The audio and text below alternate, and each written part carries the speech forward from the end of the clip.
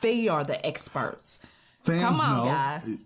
You were talking about the fan experience, so the fans know who they want their squads to draft this year. I like how Jimmy and Charles and Todd threw little Giants jabs at me. Yeah. I peeped that out, fellas. Yeah. But I really thank you guys for all their chiming cool. in. That was really cool. Even though y'all are still like novice, like with me, right? Nah. No, they're experts? Yeah. Oh, man. Football is 365 days a year. They just play games in the fall and the winter. 2017 NFL Draft this weekend. Philly, baby. Okay, so let's continue our tour through the city of brotherly love. Get a cheesesteak hoagie and head over to West Philly and University City for the 123rd running of the Penn Relays. This is one of the most prestigious track and field meets in the world, and it takes place at one of the most prestigious schools in the world, University of Pennsylvania. The meet begins Thursday, April 27th, and runs through Saturday, the 29th, all at Franklin Field. Now, I have a question. Why is it considered like one of the most prestigious track and field meets in the world? Well, we just go off of sheer numbers. If it's the 123rd edition of the Penn Relays. Like the oldest. If you've been around for 123 years and you're still going strong, obviously you're doing something right. And it not only draws a crowd from all the 50 states, but people get their passports stamped just to go to Philly. Really? To compete in the Penn Relays. So with it being the most prestigious, does that mean it's also like the top of the cream when it comes to the talent? Yes, talent is off the charts. Wow. High school kids, college kids, Olympic hopefuls, all vying for glory. Wow. You win here, you get your name stamped as Penn Relays champion in whatever event. That carries a lot of weight.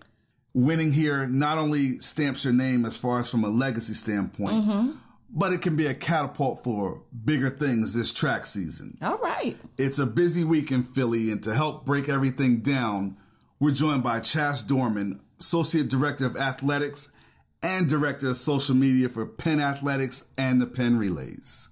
Well, Chas, thank you for joining us on Married to the Game. My first question up for you, track and field aficionados know if it's April, it's the Penn Relays.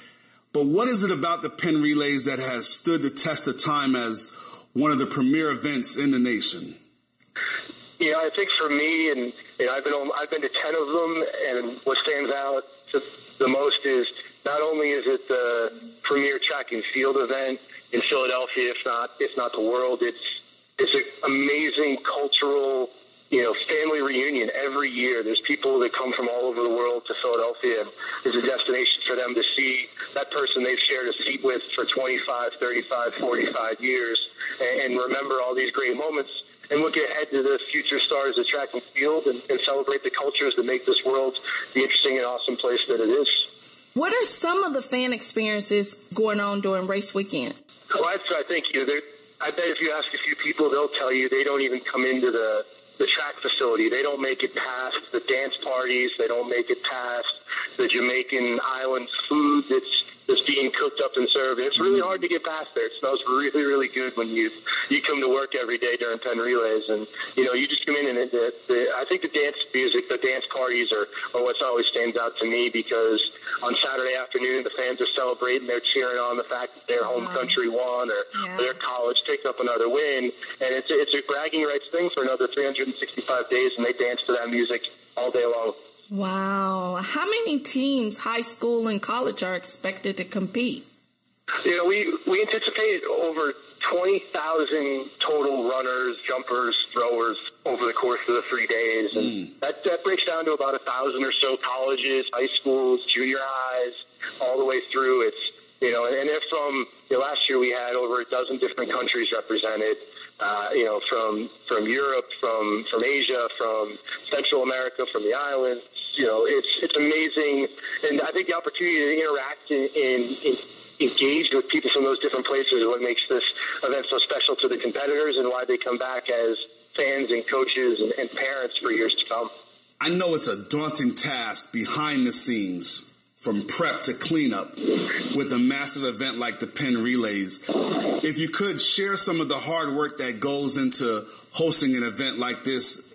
Well, we're fortunate that this is the 123rd year of it, so we have a little bit of practice in putting this event on, but we're really fortunate to have a dedicated group of people that take a lot of pride in having this meet be the hallmark of our athletic department, and the planning starts the week after the last one ends. We get together and talk about what we liked and what we wish we could do better, and we spend the next year focusing on those opportunities to continue to entertain our fans. And so it's whether it's from our end with 400 plus media credential requests from all over the world, or from our operations staff to try to get 20,000 athletes on and off the track and have the best experience they can have.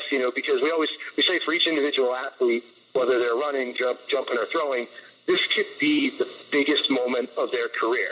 Yeah, there are Olympians and world record holders and people like that. Usain Bolt has competed here both as a high school athlete and as the famous world's fastest man that he is now. But for somebody from around our area in Philadelphia, or from down in Georgia, or from faraway land, this could be the biggest moment they've ever had. So they need to have the best experience from checking in through their competition and being able to celebrate. So it's, if that's our goal, to make sure that each kid has the best moment they can have as a Penn Relays athlete, and we are successful there, then we're doing our jobs pretty well. Chas, you're the director of social media for the Penn Relays. So what's the social media info where fans can keep up to date with the results over the weekend? Follow us on Twitter, Instagram, and Facebook at Penn Relays. It's pretty simple. It's hashtag Penn Relays, and fans that can't make it here to Philadelphia can watch all the action live on the internet at USA Track and Field's website. They're doing the streaming for us this year, usatf.org. We'll have, start to finish all 3 days, all the races, and it's going to be live on television twice this year. Philly's a great city. The Penn Relays is an even better event. We wish you all the best. We'll be watching, and we'll definitely be retweeting and sharing all of the information going on this weekend at the race. Thank you very much for having us, and we look forward to doing this again sometime. Okay, stats are great, but there's so much more than just the numbers to each story. For this, we go beyond the box score.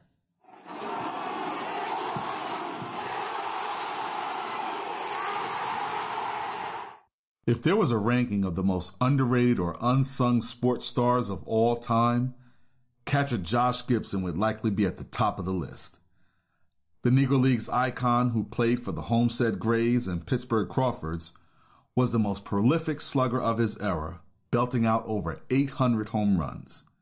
Despite his propensity for power, he never suited up in a major league game due to MLB's evil segregation rule.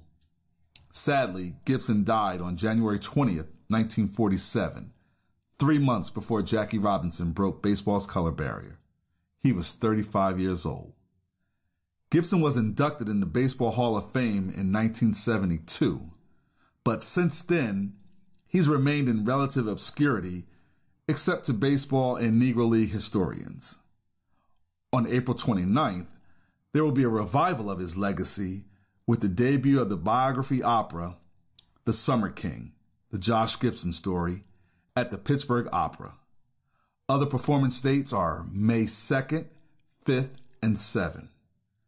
We spoke with Chris Cox, Director of Marketing and Communications with the Pittsburgh Opera, and Sean Gibson, Executive Director of the Josh Gibson Foundation and great-grandson of the baseball hero, about the show, cast, and Gibson's legacy.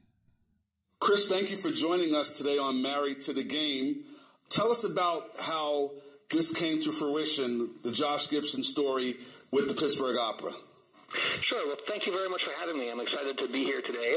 And the story of the Summer King, the Josh Gibson story, the opera, goes back a long time to basically a passion project by the composer Dan Sonnenberg. And Dan is a baseball fan. He's a history buff, and he's someone who, for the longest time, was just really fascinated by the history of the Negro Leagues. And the more he learned about it, the more involved he got and more interested in it he was. And he became almost obsessed with Josh Gibson, and he was surprised at the relatively small amount of writing and materials about Josh Gibson compared to some other players at the time, such as Babe Ruth and Lou Gehrig and so forth, when Josh was obviously just as good as those guys. So he felt that Josh's story sort of needed to be told and that he was the man who needed to tell it, and he chose opera as a vehicle to tell this story and began working on a draft of it about 10 years ago, if not longer, and worked with Sean Gibson, executive director of the Josh Gibson Foundation, who's Josh's great-grandson, and some other folks here in Pittsburgh. He was able to get some money to put on a concert performance of sort of a rough draft of the Summer King a few years ago in Maine, and some Pittsburgh Opera representatives attended that workshop and thought, hey, you know what, we could have something here, and met with Dan, and one conversation led to another, and we'll be having the world premiere here in Pittsburgh on Saturday, April 29th. Tell me about the buzz throughout Pittsburgh and Western Pennsylvania leading up to this performance. There has been much more buzz for the Summer King than there has been for any other opera since I've worked here at Pittsburgh Opera. People are excited because it's about someone from Pittsburgh. Our subscribers are very excited to see a world premiere. Right? This is the first world premiere in Pittsburgh Opera's 78-year history, and it's a very big deal within the opera world to do a world premiere. So they're excited that they get a chance to see that, in addition to our sort of standard repertoire. But besides that, we're attracting attention from a lot of people who are not usually opera goers, but because of the subject matter, the fact the story is about Josh Gibson, it takes place here in Pittsburgh, it's sung in English, right? Tickets are only $12 as a starting point, that they're very interested in saying, you know what, this sounds really cool. I didn't realize that opera did stuff like this. Now, the story with Josh Gibson called The Summer King. My hero. Yes. To me, it just truly screams you. I mean, you got the theater and the sports and the history put together, just all in one. And as far as musicals with baseball, I've never heard of anything outside of Damn Yankees. So for this to be an opera on a Negro Leagues legend is totally breaking the mold. And it's inspiring. It's really inspiring to see a story being delivered in a method that attracts a different demographic community that wouldn't or has never been to an opera. Yes, I love that this is an all African-American cast. Mm-hmm. We were having some discussions earlier about how we don't do opera. We just don't. We don't do it like we should. I don't think you think we do. I think we don't. And I feel like the Summer King has taken what we don't do and made it attractive for something we can do. Not only did they make it affordable. I love that. But, it's delivered in a way that we can enjoy it. You know what I'm saying? And that's what makes it awesome. It's the art expression is at an affordable price. That's amazing for me. Sean Gibson, Josh Gibson's great-grandson, breaks it down even more. Sean Gibson, how does it feel to have your family name be presented this way in The Summer King?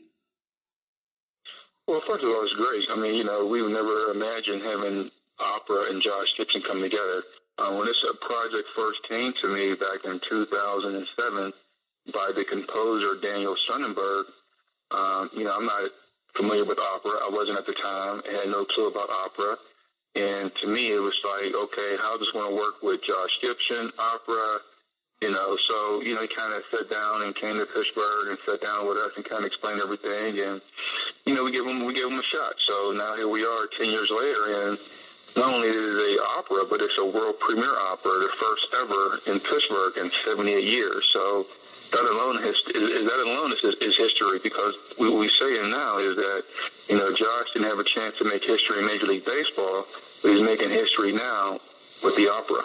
Just to follow up on that, because he passed away before he could get a chance to go pro, there's so many people who unfortunately don't know about Josh Gibson. How does this feel that a whole new audience, a whole new world will now know the name Josh Gibson and everything that he did? And that's the good thing about it. You said now it's actually bringing some more awareness to Josh Gibson, and not only Josh Gibson, but to the Josh Gibson Foundation. So the one good thing about the opera is, well, not just the opera with projects like this, but especially the opera, it's going to give us a whole totally new audience. not just locally, but also nationally. The opera has been picked up by the Michigan Opera House, which is in Detroit, that will go there in May of 2018.